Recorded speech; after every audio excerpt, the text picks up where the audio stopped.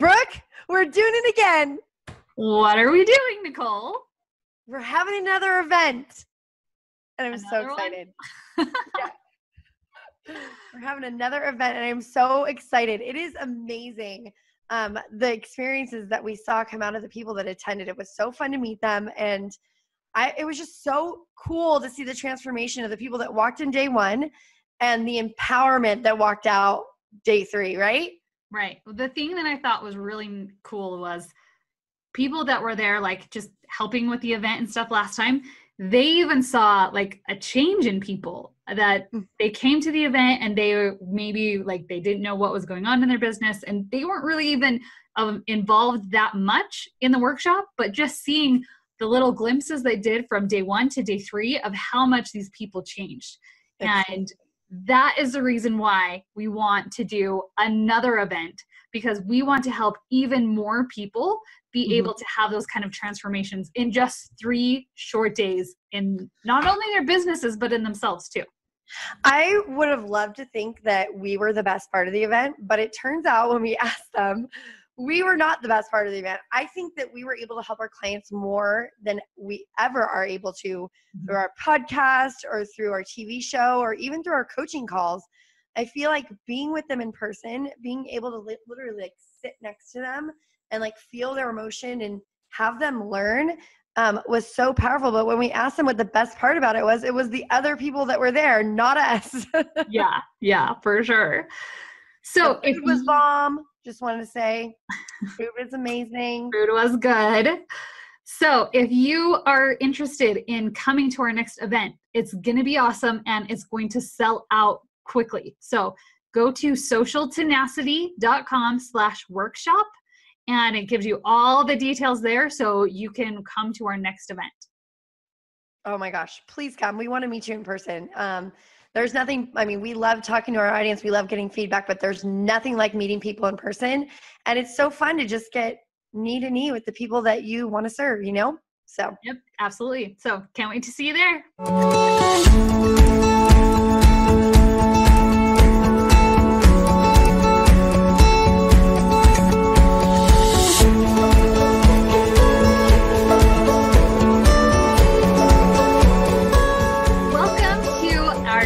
Episode of Authentic Influencer TV. Today we are talking about one of my all-time favorite topics. You are not your company. And why this is one of my favorite things is because this is the thing that I think 90% of network marketers really struggle with because they don't get this one concept. And this is one thing that if you change this one thing in your business, it's going to change so much. Yeah, I mean, showing up as yourself is a lot easier than showing up as that awesome upline that you know, or the leader in the company that you want to be like. Like, she may have got there her way, but you can't be her. So if you want to actually have things be a lot easier and the load a lot lighter, then be yourself, right? Yeah. Well, and the other thing is, like, you need to decide who it is that you're marketing to. And we talk about this all the time.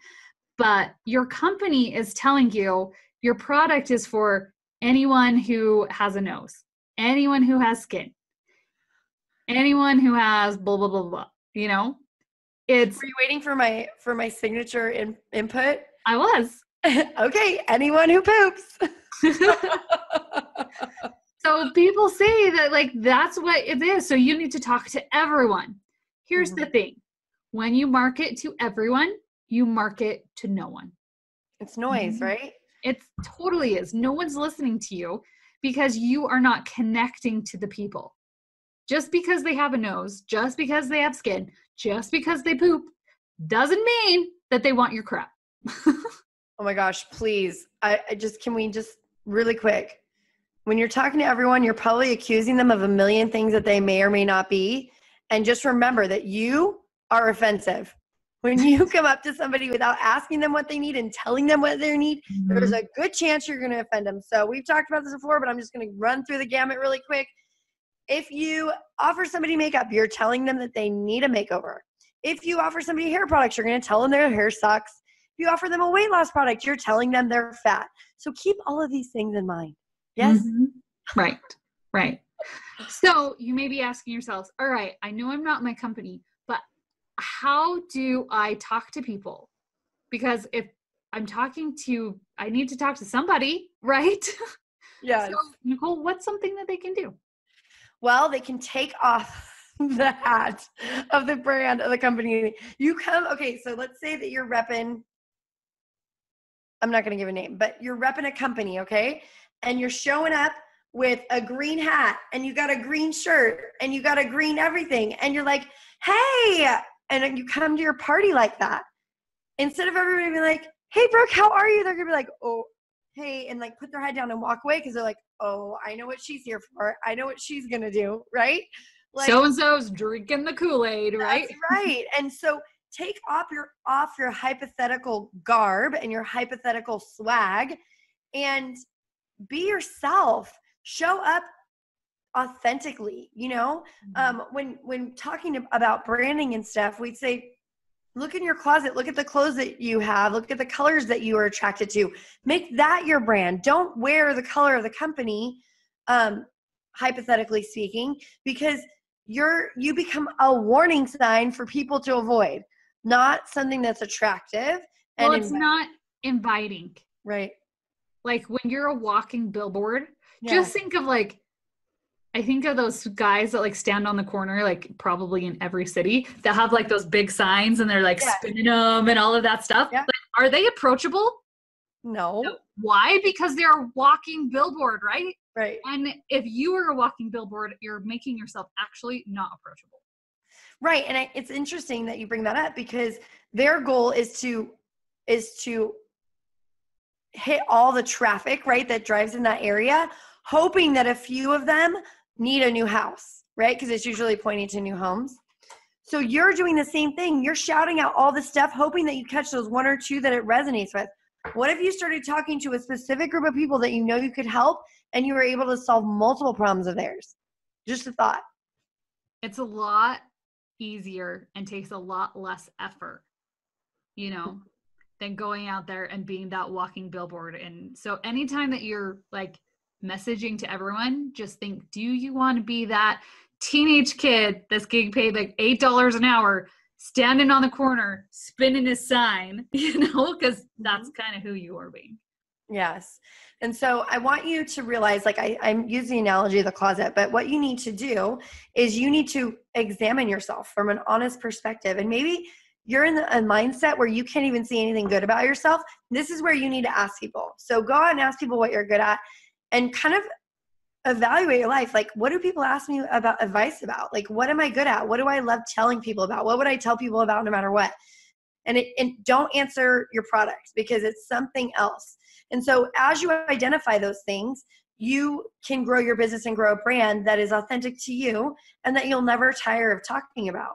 Do you ever get stuck about what should I post today? If you are living in your purpose and leveraging your abilities and your talents, you're not going to have to look far for inspiration. It's going to be found right in your heart. Right. And when you take those things that you are passionate about and the things that you love and the things that make you you, and that's going to be the things that's going to connect with people. Because really, I'm sure your upline has told you, like this business is all about creating those connections. Mm-hmm. And they have a hard time connecting with the product. They need to connect with you.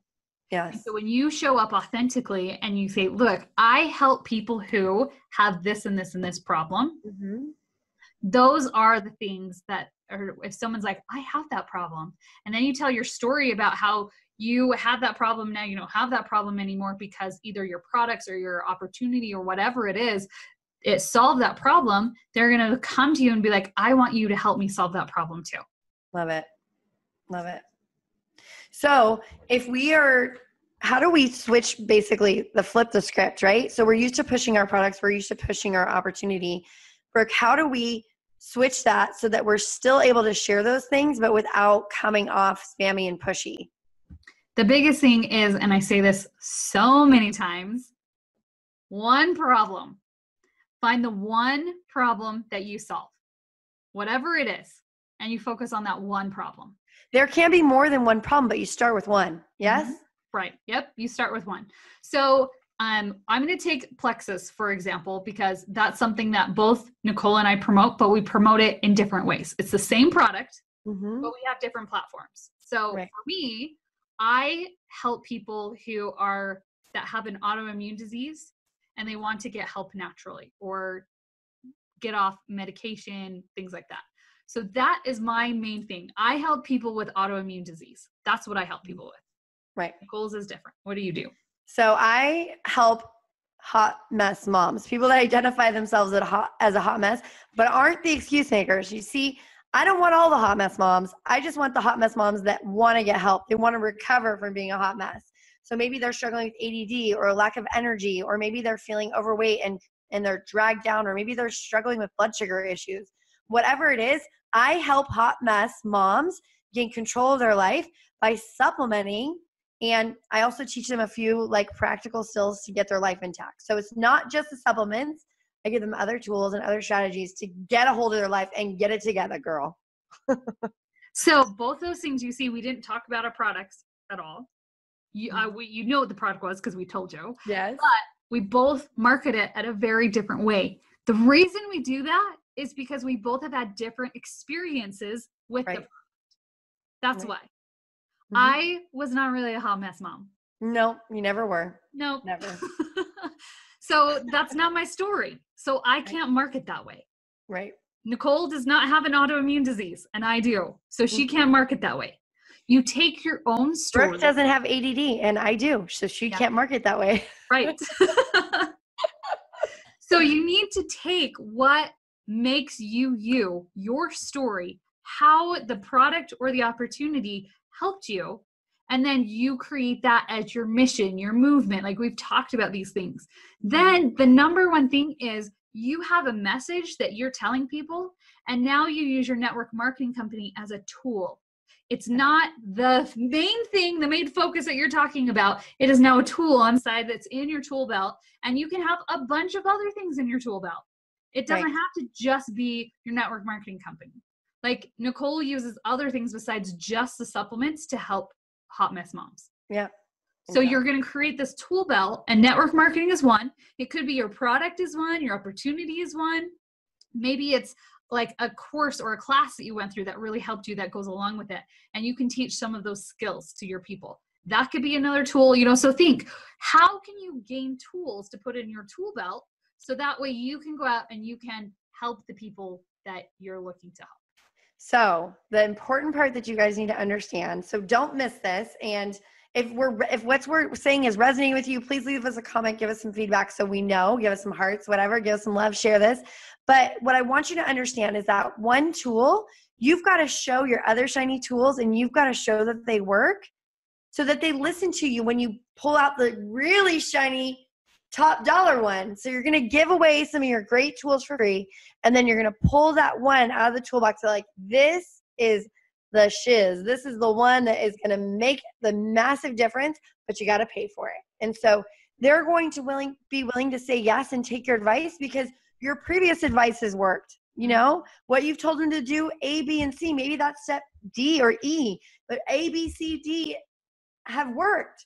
So E is a given, right? E is a given. And then maybe once that person's feeling better, just like you, Brooke, once your autoimmune person is feeling better and they can function, they might be able to actually think about a business, right? Right. And so maybe there's hot mess moms that maybe are just struggling and they feel like a hot mess because they have no purpose.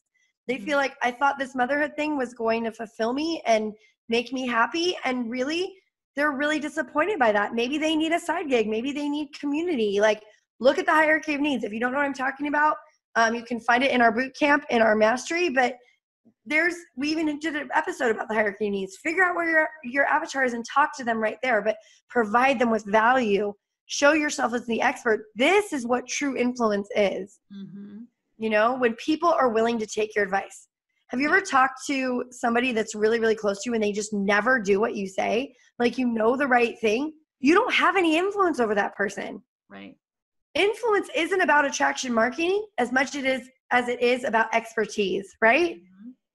So you can attract people to you because of the information that you offer them.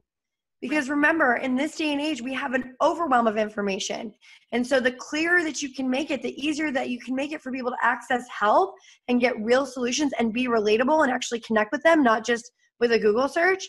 That's when you're going to make an impact. That's when you're going to have influence. And that's when your business is going to take off and your purpose and your fulfillment is going to just go through the roof.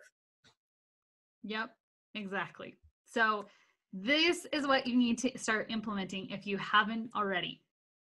Start looking at who it is that you're going to help. What's the one problem that you solve? Mm-hmm. How can you use network marketing as a tool in your toolbox? And what other tools do you need to add that you can talk about in? This is the thing that when you have all these tools, like it gives you ideas. How many of you have ever thought like, what do I post on Facebook? I don't know what to say. I'll just go and see what my sideline sister posted and copy and paste that. Mm-hmm. Right? When you have all these tools in your toolbox, you can say, okay, I want to talk about this, and then I'm going to talk about this, and then I can talk about my product. But all the things that you're talking about solve the same problem. Like, yes. It really is magic when you put this into place. Yes. And a good place to start is your story. A good place is to look at maybe the things that you've done in your life that you're good at. Like start with that and you will never run out of ideas, you know, and you're going to want it.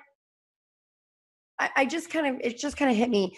One of the biggest mindset shifts that happens when you do this is that you're no longer just looking for that person to buy the product or looking for that person to be a rock star in your team. You're looking to make a difference.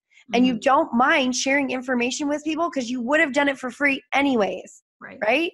This is something that you would have taught them or you would have nurtured somebody or listened to them, even if it didn't have to do with the product. So if they buy the product, it's a bonus.